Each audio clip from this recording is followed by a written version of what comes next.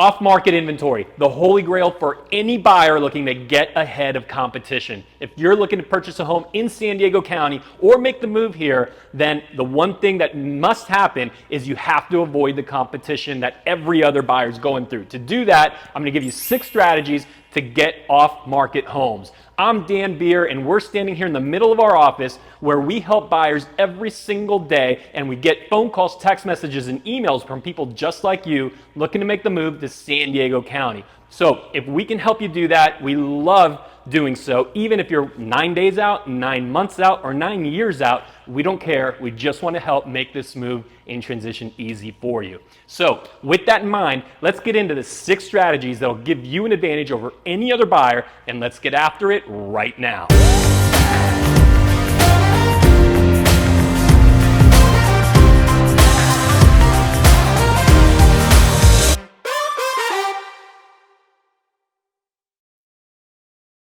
If this is your first time to the channel, make sure you subscribe and hit that bell to get the notifications so that you know exactly what's happening in the San Diego real estate market, and you're the first to be alerted of any new videos here on San Diego Neighborhoods. So with that in mind, let's go and jump in to the 6 strategies that you need to get an advantage over the marketplace and hopefully the right deal on your next home. So where's my pen?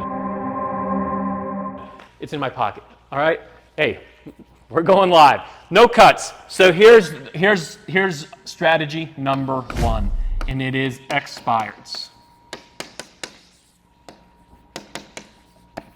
Okay, so expired listings. Now, you might be thinking, well, what do you mean? So I want you to get access to all of the expired listings, meaning homes that came to market, that failed to sell, that withdrew, that just simply did not find a buyer, not from the last couple of months, but from 6 months ago, a year ago, 2, 3 years ago. There are sellers out there that tried selling in a time when, think about where pricing was 3 years ago compared to now.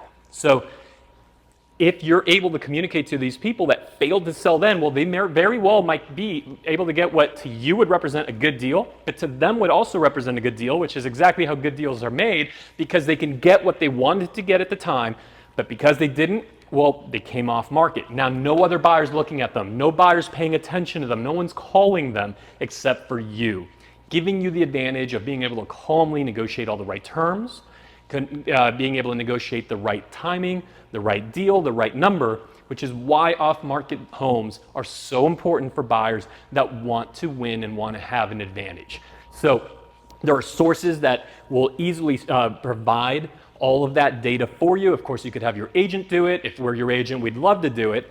And you start making those phone calls to those homeowners, asking and letting them know, we know you tried selling at the time. For whatever reason, the home was still on the market. It looks like it never sold. We're interested. We're real. We'll make your life easy. And you don't have to go through all that hassle that you went through then. Let us make this a win for you, a win for us. So there's strategy number 1. Now, number 2. Rentals. Now this one's counterintuitive, but as soon as I explain it, I think it'll make a lot of sense to you. Think about homes that rented, okay? Homes that leased instead of sold a year ago, 2 years ago, 3 years ago, similar to those expireds. Even think 14 months ago, okay? And the reason I say that is 14 months ago, I'm someone that decides to rent my home out, and I go through the pain. I thought it was gonna be a lot of fun to be a landlord. Turns out not so much. And I go through the pain of what it is to have tenants that are messing up my property, digging the walls, calling me with service calls, making my life not so easy. And I decide, hey, this is not for me. Well, because that went under contract for rent 14 months ago, we're now in that month-to-month period, which means if you get to this homeowner and let them know, hey, I can take you out of your misery, I'd love to purchase the home. Again, you're not competing against any other buyer, and you might very well be hitting them in a time where that kitchen table conversation that they're having is, gosh, should we keep this? Should we renew the lease? Should we not? Do we enjoy this? You might very well get them in exactly the right moment. You know, this is only strategy number 2, but you're gonna find that a lot of these strategies that I'm gonna take you through, they're all about timing. And that's why it's really effective to combine them all and use them all together so that we're sure to hit all ends and angles in the marketplace. So third strategy is investors. So think about being able to get to all of the investors, particularly the home flippers. People that are, some have 3 homes at a time they're flipping, some have 10, some have 20, some have more. And being able to get to them and now digging into their inventory that's not yet publicly available, but it's homes that are just in different stages of that process, whether they're homes that they've just purchased, that they're getting ready to design. Maybe you can take them out of that and say, hey, you know what, we'll take that work over for you. Let us get you part of your profit. You take part of the risk off the table. Sure, you'll make less, but you also have less risk. Win for me, win for you, I'll take it over. So it could be homes that are already under construction or renovation. It could be homes that have been completed but not yet brought to market. But having a list, an extensive list of all the investors, the LLCs, the flippers that own property in your marketplace, in this marketplace here in San Diego County, well, that is one of the most effective. On our team, what I could tell you is we religiously keep this list updated because it is the gift that keeps on giving. These are owners that do not want to own these properties. They buy them, but they buy them with the goal of selling them as quickly as possible. And again, being someone that myself, I'm an investor, I flip homes also. I could tell you that they will take less money if you will take risk off the table for them and keep their money turning, again, representing a win for them, a win for you. So it's about knowing their hot buttons. That is a huge one. Do not ignore investors. So let's move on to strategy number 4, and it is the letter campaign.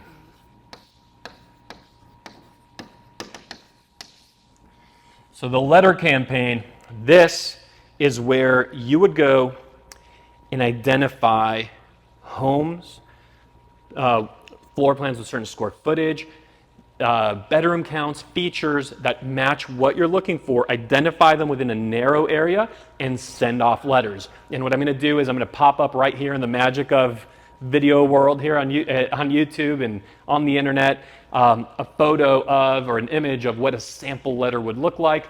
Boom, there it is, so that you can go ahead and replicate this. So the letter campaign, here's one thing I'll say about that. You do not want to be using this particular strategy if you don't know exactly where you're looking to live. If you're looking at, all corners of San Diego County, Escondido to Encinitas, to Carlsbad to Chula Vista and everything in between, not so effective because it's just too much of a shotgun approach. You'll be spraying that postage expense everywhere. But if you know you want to be in a particular street even, or set of streets, or subdivision, and you know that you want either floor plan A or floor plan B, so you know what the square footage is of each of those floor plans, working with a title company, you can get all of the addresses match, and you can mail that letter in, and letting them know. And this is also why it's so important that you try to get specific about the type of home you're looking to buy when you're using this strategy. Is the more specific the letter, the more someone that receives it and says, gosh, this is really describing my home. You just have to let them know that it's real, that it's intentional, and that you're not just someone fishing for a listing or just spamming them. That is a really effective strategy that you can combine even with strategy number 5. And strategy number 5 is what we'll call targeted dialing.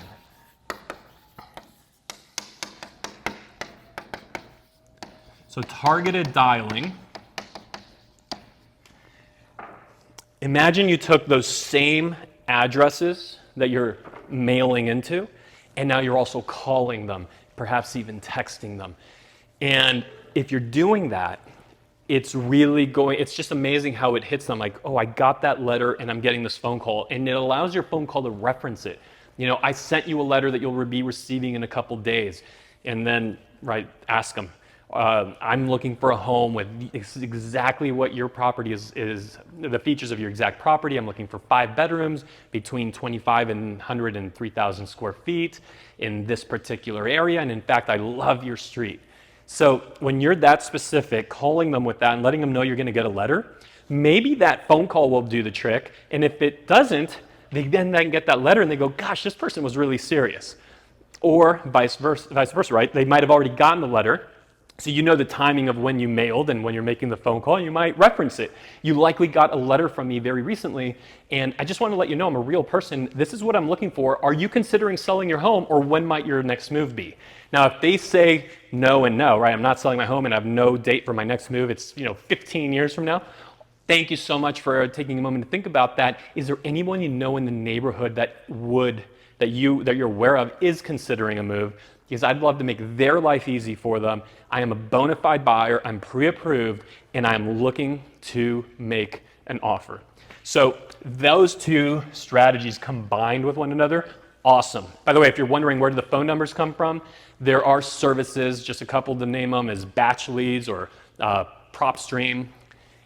There's one called Property Radar, which I believe does the same, and they allow you to pull you give it any set of addresses, and it will pull phone numbers, emails for those addresses, and they are unbelievably accurate. Okay, by the way, this is how a lot of your, when you're like, how do you get my phone number when someone's calling your house? A lot of it is stuff like this. But in any case, it works. Do it respectfully, do it during the right hours, but it is an effective strategy.